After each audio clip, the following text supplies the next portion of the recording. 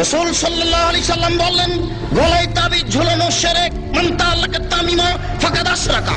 কেউ যদি তাবিজ ঝুলায় তাহলে ও শিরক করলো।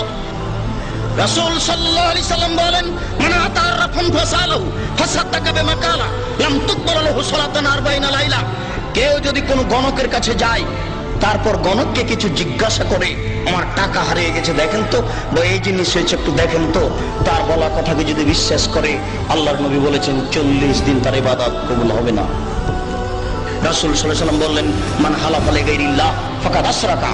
কেউ যদি আল্লাহ ব্যতীত অন্যের নামে কসম খায় তাহলে শিরক করলো।